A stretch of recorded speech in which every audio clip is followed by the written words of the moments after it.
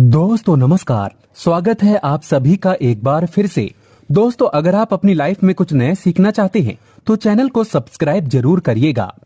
दोस्तों हमारी भारतीय संस्कृति में छोटी या बड़ी किसी भी तरह की पूजा को करने के कुछ निश्चित नियम निर्धारित किए गए हैं और इन नियमों का पालन करते हुए ही हमें पूजा पाठ करनी चाहिए, क्योंकि तभी हमारी पूजा का कोई अर्थ होता है और हमारी आराधना का फल हमें मिलता है। दोस्तों कई बार हम पूरी श्रद्धा और भक्ति से पूजा पाठ तो करते हैं, लेकिन फिर भी हमारी मनोकामना पूरी नहीं हो पाती है, हमारे कष्टों का निवारण भी नहीं हो पाता है और हमें मानसिक शांति भी नहीं मिल पाती है। ऐसा क्यों होता है? आखिर क्यों आपको आपकी पूजा का मनोवांछित फल प्राप्त नहीं होता और आपका मन भी हमेशा शांत रहता है? इसका कारण यह भी हो सकता है कि आपकी पूजा करने का तरीका शायद गलत हो, या आप पूजा करते समय कुछ जरूरी चीजों को भूल रहे हैं, या फिर कोई ऐसी भूल कर रहे हैं जिसकी वजह से आपकी आराधना ईश्वर तक नहीं पहुंच पा रही है। दोस्तों हमारे शास्त्रों में जितनी भी पूजा सामग्री बताई गई है उनमें सभी वस्तुओं की अपनी एक विशेषता और महत्व है। चाहे कुमकुम हो, रोली हो, चावल हो, कपूर हो या फिर धूप, दीप और नैवेद्य इत्यादि हो, जब भी हम विधि विधान से पूजा पाठ करते हैं तो इन सभी पूजा सामग्रियों का इस्तेमाल करने का एक विशिष्ट क्रम निर्धारित होता है और उसी क्रम का हमें पालन करना चाहिए। आज हम आपको ऐसी कुछ बातें बताएंगे जो हमें पूजा करते समय हमेशा ध्यान में रखनी चाहिए। साथ ही भगवान श्री कृष्ण के अनुसार ऐसी वो कौन सी चीज है जिसे पूजा घर में रखने से सुख, समृद्धि और ऐश्वर्य की प्राप्ति होती है। आइए जान लेते हैं। लेकिन दोस्तों उससे पहले अभी तक आपने हमारे चैनल को सब्सक्राइब नहीं किया है तो चैनल को सब्सक्राइब करके बेल आइकन जरूर दबाइएगा और वीडियो को लाइक जरूर करें। पूजा करते समय सबसे पहले तो ये देखिए कि आपका मंदिर सही दिशा में है या नहीं। वास्तु के अनुसार घर में मंदिर हमेशा ईशान कोण यानी कि उत्तर पूर्व दिशा में होना चाहिए।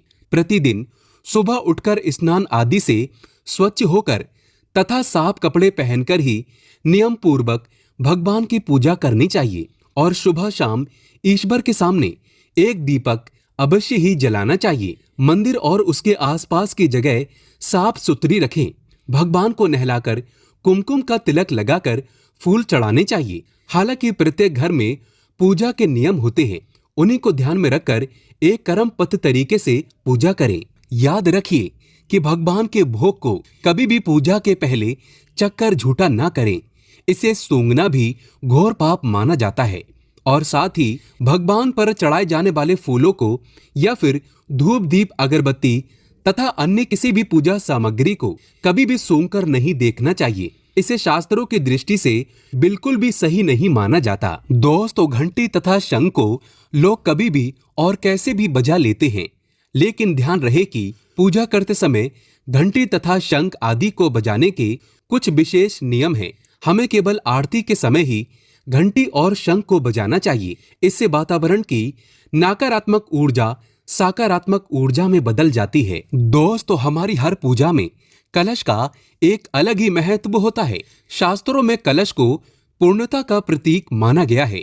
चाहे वो सत्यनारायण की पूजा हो, दीपावली या नवरात्रि का पर्व हो या फिर किसी भी प्रकार का उत्सव या मांगलिक कार्य हो, कलश की स्थापना किए बिना सभी अधूरा है। पूजा में कलश का उपयोग देवताओं का आह्वान करने के लिए किया जाता है। ईश्वर के सामने तांबे के कलश में पानी भरकर रखना इतना शुभ होता है कि यदि हम अपनी रोज की पूजा करते समय भी भगवान के सामने तांबे के कलश में पानी भरकर रखें तो इसका चमत्कारिक प्रभाव हमें अवश्य ही देखने को मिलता है। इसके लिए मुख्य रूप से तांबे का ही कलश लें।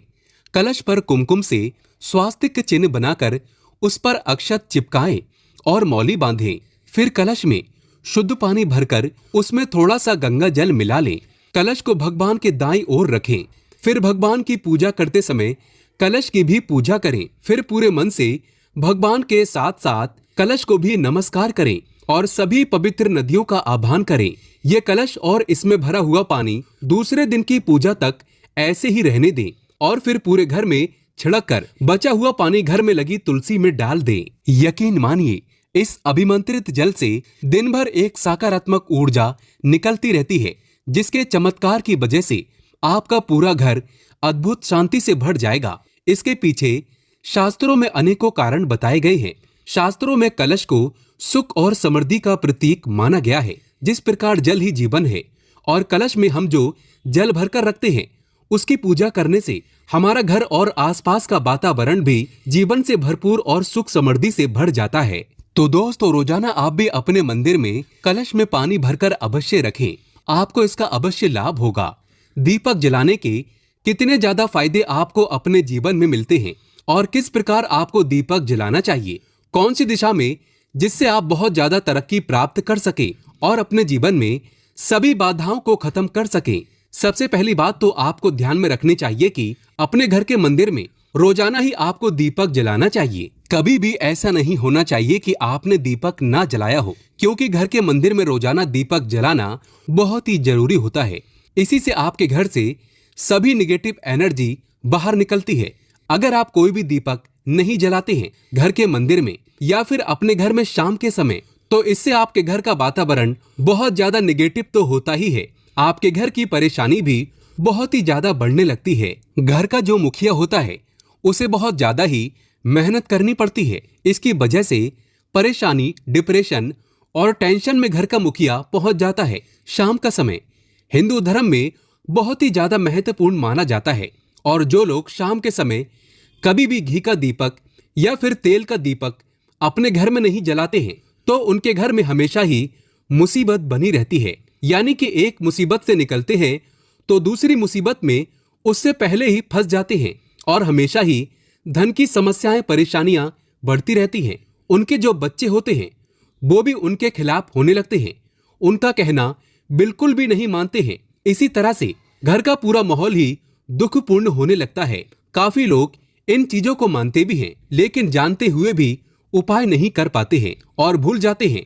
उन्हें इन चीजों से होने वाले नुकसान के बारे में पता नहीं होता है। इसीलिए रोजाना आपको एक घी का दीपक या फिर तेल का दीपक जलाना बहुत ही जरूरी होता है। अगर आप नहीं जला सकते हैं तो कोई और व्यक्ति भी आपके घर में दीपक जला सकता है, लेकिन रोजाना दीपक जलाना बहुत ही जरूरी होता है। इसी से आपकी सभी निगेटिव एनर्जी आपके घर से हमेशा बाहर रहती है। दोस्तों, शाम का समय ऐसा होता है जिस समय नकारात्मक ऊर्जाएं बहुत ही ज्यादा प्रबल होती हैं और आपके घर में प्रवेश कर जाती हैं।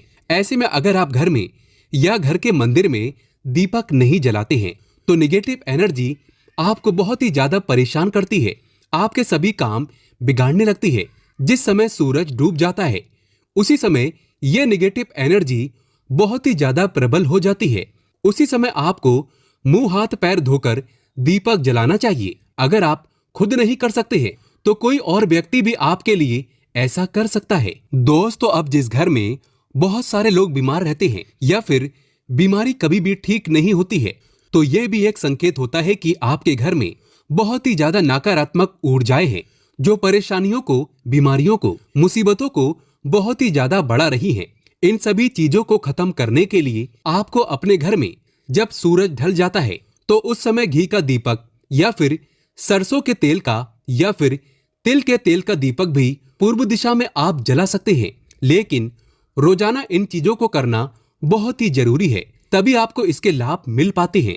अगर आपके घर में धन से जुड़ी समस्याएं, नौकरी, व्यवसाय से जुड़ी हुई कोई भी समस्याएं हैं, अगर ऐसी समस्याएं बहुत ही ज्यादा होती हैं, तो आपको अपने घर के उत्तर दिशा में रोजाना ही घी का दीपक जलाना चाहिए। इसे एक भी दिन आप मिस ना करें। अगर आप रोजाना उत्तर दिशा में घी का दीपक जलाते हैं तो इससे आपकी धन से जुड़ी हुई समस्याएं खत्म हो जाती हैं।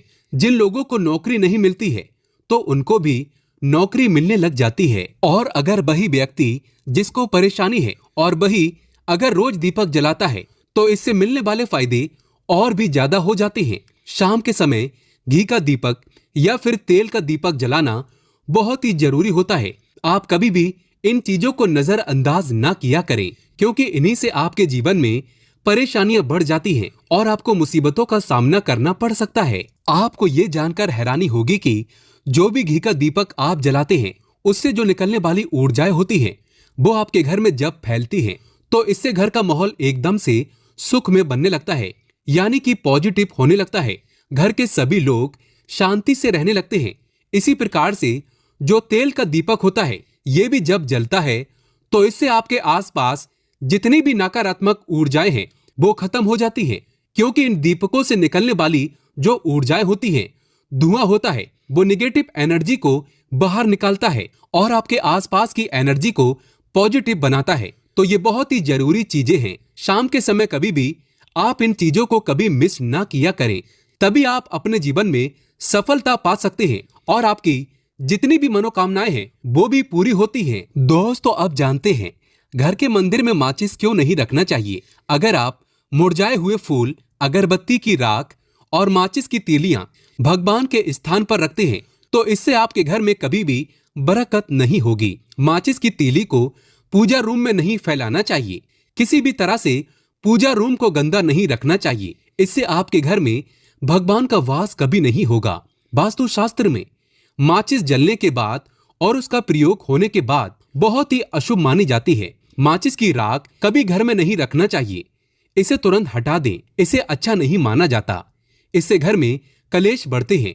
घर के मंदिर में माचिस की तीली, माचिस की डिब्बी नहीं रखना चाहिए। माचिस मंदिर से थोड़ा दूर रखें, यानी मंदिर में ना रखें। प्रयोग होने के बाद माचिस हटा दें। माचिस की एक तीली भी मंदिर के आसपास नहीं होना चाहिए। साथ ही साथ घर के मंदिर में धन रखना आवश्यक है, लेकिन फटे पुराने नोट मंदिर में नहीं रखना चाहिए। इससे उल्टा आपके जीवन में धन की हानि होगी, परिवार में दुखों का आगमन होगा। दोस्तों, मंदिर में रखे धन को कभी भी किसी को उठाकर नहीं देना चाहिए, नहीं तो आपके घर की लक्ष्मी दूसरों के घर चली जाएगी। ऐसे धन को हमेशा संभाल कर रखें। दोस्तों, हम अपने घर के पूजा घर में पूजा पाठ करते हैं और मूर्ति आदि रखते हैं। दोस्तों, मूर्ति का क्या महत्व होता है, आज हम आपको इस वीडियो के माध्यम से बताने वाले हैं। जिस घर के पूजा घर में एक साथ ये दो मूर्तियां होती हैं, वहां पर बनता है राजयोग और दुनिया आपके कदमों में आ जाती है। कहने का तात्पर्य यह है कि आपको सर्व सुख प्राप्त हो जाता है, जिसकी आपने कल्पना की है, जिसकी आपने मनोकामना मांगी है। दोस्तों, घर के पूजा घर में हम पूजा करते हैं, पूजा पाठ करते हैं और पूजा पाठ के माध्यम से कुछ चीजें देखने और मनाने आदि का प्रयत्न करते हैं, ताकि हमें उस पूजा का फल प्राप्त हो जाए और हम उसी अनुरूप घर के अंदर मूर्ति आदि लगवाते हैं, ताकि हम उन देवी देवताओं का सुंदर मुख देख सकें और उनका आशीर्वाद प्राप्त कर सकें। लेकिन दोस्तों, अगर हम अपने घर के पूजा घर में इन मूर्तियों के साथ अन्य मूर्तियां भी रखते हैं तो निश्चित तौर पर हमारी किस्मत बदल जाती है और देखते ही देखते हमारे जीवन के अंदर की सारी कंगाली समाप्त होने लगती है। दोस्तों, बात करते हैं उन मूर्तियों के बारे में कि आखिर कौन सी दो मूर्तियां एक साथ में आपको रखनी चाहिए ताकि उसका सच्चा सर्व सुख आपको प्राप्त हो सके। और सबसे पहले अगर हम किसी मूर्ति की बात करें तो दोस्तों, अगर आप श्री कृष्ण के भक्त हैं और बाल गोपाल की मूर्ति रखते हैं, तब आपको भगवान श्री कृष्ण के साथ माता रानी राधा जी की मूर्ति भी आपको जरूर रखनी चाहिए। दोस्तों, यह भगवान कृष्ण की अगर आपके घर में तस्वीर है तो उसके साथ राधा जी की भी तस्वीर संयुक्त जोड़े के रूप में आपको लेकर आनी चाहिए। दोस्तों, ये प्रेम और एकता की एक ऐसी अनोखी मिसाल है कि जिस घर में इन दोनों की तस्वीरें होती हैं तो समझ लीजिए उस घर के अंदर किसी भी प्रकार का गृह कलेश नहीं होता है। दोस्तों, पति पत्नी और परिवार जनों के बीच परस्पर प्रेम रहता है और घर में धन धान्य में अपने आप ही वृद्धि होती है। इसीलिए ये जरूरी माना गया है, अगर आप भी इन मूर्तियों को रखते हैं तो निश्चित तौर पर आपके जीवन में अपने आप ही फायदा प्राप्त हो जाएगा। दोस्तों, कई लोग अपने घर में माता लक्ष्मी की पूजा करते हैं तो सोचते हैं कि भगवान विष्णु की भी पूजा करें या ना करें, या फिर उनकी मूर्ति साथ में रखें या ना रखें। दोस्तों, हमेशा भगवान श्री विष्णु जी और माता लक्ष्मी की पूजा आपको एक साथ करनी चाहिए। दोस्तों, देवादिदेव महादेव भगवान विष्णु और भगवान ब्रह्मा जी तीनों ही देवताओं को सर्वशक्तिमान देवता माना गया है और त्रिदेवों में भगवान विष्णु जी को पूजा जाता है। तो अगर आप अपने घर के पूजा घर में लक्ष्मी नारायण जी की संयुक्त रूप में पूजा करते हैं तो निश्चित तौर पर आपके घर में दिन दुगनी रात चौगनी वृद्धि देखने को मिलती है। दोस्तों, इसीलिए आप भगवान विष्णु जी के साथ माता लक्ष्मी जी की पूजा करें। अगर माता लक्ष्मी की अकेली तस्वीर है तो आपको उनके बाएं तरफ भगवान श्री गणेश और भगवान श्री कुबेर जी की मूर्ति या तस्वीर अपने घर के मंदिर में जरूर लगानी चाहिए। अगर आप माता लक्ष्मी जी के बाएं तरफ भगवान श्री गणेश जी की मूर्ति लगाते हैं या तस्वीर लगाते हैं तो आपको निश्चित तौर पर लाभ प्राप्त होता है और देखते ही देखते आपके जीवन के अंदर की कंगाली समाप्त होने लगती है और धन प्राप्ति के लिए आपको लक्ष्मी गणेश जी की संयुक्त रूप से पूजा करनी चाहिए। माना जाता है माता लक्ष्मी धन देती है तो भगवान श्री गणेश रिद्धि सिद्धि का भंडार और वृद्धि का विकास करते हैं। इसी वजह से इनकी पूजा बहुत जरूरी मानी गई है। दोस्तों, कई लोग पूछते हैं कि अपने घर में हनुमान जी की तस्वीर या मूर्ति रखें या ना रखें, या उनकी पूजा करें या ना करें।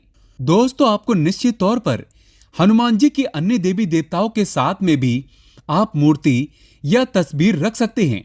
किसी प्रकार की कोई दो राय नहीं है कि आपके ऊपर हनुमान जी क्रोधित होंगे या नहीं होंगे। दोस्तों, इसके अलावा आप प्रभु श्री राम की तस्वीर भी अपने घर के पूजा घर में रखते हैं तो आप हनुमान जी की तस्वीर रखें या ना रखें, हनुमान जी के निमित्त किसी भी प्रकार की पूजा या पाठ करना हो तो आप प्रभु श्री राम से कहें। दोस्तों, भगवान श्री राम के प्रिय भक्त हनुमान जी हैं और निश्चित तौर पर आपको उतना ही आशीर्वाद प्राप्त होता है जितना कि आपको हनुमान जी की मूर्ति या तस्वीर का पूजन करने से होता है।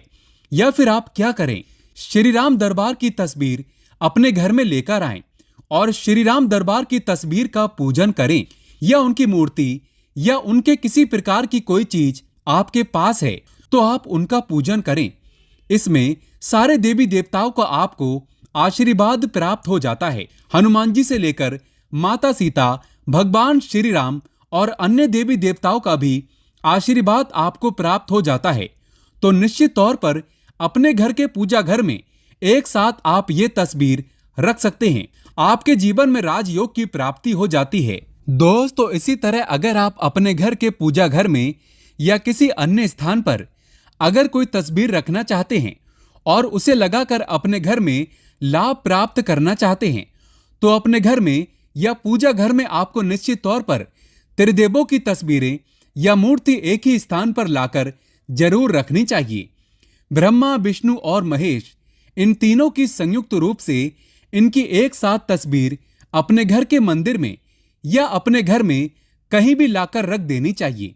माना जाता है कि इन तीनों देवताओं के एक साथ दर्शन करने मात्र से हमारे बड़े से बड़े विघ्न और बड़े से बड़े कष्ट ऐसे ही समाप्त हो जाते हैं। इसी वजह से इन तीनों की एक साथ में तस्वीर या मूर्ति लाकर आपको पूजा जरूर करनी चाहिए। दोस्तों, अब बात करते हैं कि कुछ ऐसी तस्वीरें होती हैं या ऐसी मूर्तियां होती हैं जिनको आपको अपने घर के पूजा घर में स्थान ही नहीं देना चाहिए। अगर आपने इन तस्वीर या मूर्ति को अपने घर के पूजा घर में स्थान दिया है तो समझ लीजिए कि आपको कंगाली का सामना करना पड़ेगा या फिर देवी देवताओं के क्रोध का सामना करना पड़ेगा। दोस्तों, और एक बात बता दें कि मंदिर में कभी भी विषम संख्या में गणेश जी की मूर्तियां न रखें, जैसे कि 1, 3 या 5 ऐसे रखना अशुभ माना जाता है।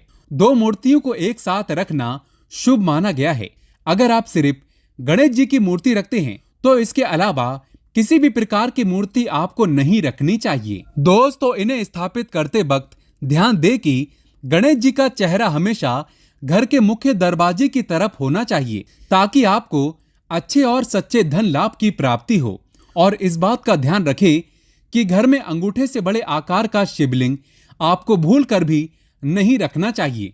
हमेशा एक छोटा सा शिवलिंग रखें और इससे ज्यादा शिवलिंग आपको नहीं रखना चाहिए। दोस्तों, वैसे तो आपको अपने घर में शिवलिंग रखना ही नहीं चाहिए।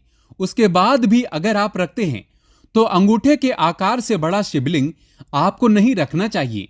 आप छोटा शिवलिंग रख दें और ध्यान रखें कि एक से ज्यादा शिवलिंग आपको भूल कर भी नहीं रखने हैं। घर में अगर आप शिवलिंग रखते हैं तो शिवलिंग के ऊपर आपको तुलसी भूल कर भी अर्पित नहीं करना चाहिए। अगर आपने शिवलिंग रख लिया है और उस पर तुलसी अर्पण कर दी है तो देवी देवताओं के क्रोध का आपको सामना करना पड़ेगा। दोस्तों, मंदिर में हमेशा अगर आप हनुमान जी की तस्वीर रखना चाहते हैं, आप हनुमान जी के अनन्य भक्त हैं, तो बैठे हुए हनुमान जी की मूर्ति ही रखें। बजरंगबली रुद्र भगवान शिव के अवतार हैं, इसीलिए उनकी भी शिवलिंग की तरह ही मूर्ति रखें। साथ ही जो पति पत्नी होते हैं, वैवाहिक जीवन आपने नया स्टार्ट किया है तो हनुमान जी की मूर्ति या तस्वीर अपने कमरे में, अपने बेडरूम में आपको भूल कर भी नहीं रखनी चाहिए, अन्यथा आपको आपके जीवन में कई प्रकार के दोषों का सामना करना पड़ता है। दोस्तों, हनुमान जी ब्रह्मचारी हैं तो इस बात का आपको ध्यान रखना चाहिए। दोस्तों, राधा कृष्ण की मूर्तियां अगर आप जैसे अपने शयन कक्ष में सोते हैं और वो आपके बेड के सामने की तरफ रखी है कि जैसे कि आप सुबह उठें और आपको उठते ही पहले उनके दर्शन हो जाएं, तो समझ लीजिए कि आपका जीवन माला माल होने वाला है। किसी भी प्रकार का कोई दुख, धन की चिंता आपके जीवन में नहीं रहेगी। दोस्तों, इसी तरह अगर माता दुर्गा की तस्वीर आप अपने घर में लेकर आना चाहते हैं और चाहते हैं कि माता दुर्गा की तस्वीर के माध्यम से आप अपने जीवन में समृद्धि देखें, तो दोस्तों भूलकर भी आपको माता दुर्गा की क्रोधित अवस्था की तस्वीर, जैसे कि महाकाली की तस्वीर या फिर महिषासुर का वध करते हुए या क्रोधित अवस्था में माता लक्ष्मी की, माता दुर्गा की तस्वीर लाकर आपको उनकी पूजा नहीं करनी चाहिए। दोस्तों, हमेशा शांत और सुंदर मुख वाली तस्वीर ही अपने घर के अंदर लाकर पूजा करनी चाहिए। बहुत ही शुभ और मंगलकारी माना जाता है। दोस्तों, इस बात का ध्यान रखें कि अगर आप अपने घर में मूर्तियां रखते हैं तो आपको इनको भूलकर भी टूटे हुए चावल नहीं चढ़ाने चाहिए। बेहतर होगा कि आप हल्दी में चावल को पीला करके ही वो चावल चढ़ाएं, लेकिन टूटे हुए चावल आपको भूलकर भी माता लक्ष्मी को या अपने घर में देवी देवता को नहीं चढ़ाने चाहिए। दोस्तों, इसी तरह इस बात का भी ध्यान रखें कि अपने घर के मृत परिजनों या पूर्वजों को मंदिर में स्थापित ना करें। ऐसा करना अशुभ माना जाता है और अगर आप ऐसा लगातार कर रहे हैं तो निश्चित तौर पर आपके परिवार के ऊपर दोष लग सकता है और पितरों का भी दोष लग सकता है। पितरों की पूजा एक अलग स्थान पर की जाती है, घर के मंदिर में उनको स्थापित नहीं किया जाता है। दोस्तों, इसी तरह भगवान भैरव की तस्वीर या भगवान शनिदेव की, राहु केतु की इस प्रकार की तस्वीरें अपने घर में ही नहीं लेनी चाहिए। प्रतीकात्मक रूप से आप घर के पानी रखने के स्थान पर उनकी पूजा कर सकते हैं, क्योंकि इनकी साधना तंत्र मंत्र और विशेष महत्व द्वारा की जाती है। घर के अंदर आप ऐसे ही इनकी पूजा पाठ आप नहीं कर सकते हैं। इनकी पूजा पाठ में अगर किसी प्रकार की कमी रह जाती है तो उनको बहुत ज्यादा क्रोध आ जाता है। इनके क्रोध का आपको सामना करना पड़ता है। इसी वजह से आपको इस प्रकार की तस्वीरें या मूर्तियां अपने घर के अंदर नहीं रखना चाहिए। और जो पहले हमने आपको बताया उस प्रकार की तस्वीरें तो निश्चित तौर पर आप रखकर अपने जीवन में फायदा प्राप्त कर सकते हैं। दोस्तों, अगर आप भगवान शिव से प्यार करते हैं तो कमेंट बॉक्स में लिखें हर हर महादेव, ओम नमः शिवाय, जय शिव शंकर। एक लाइक तो बनता है।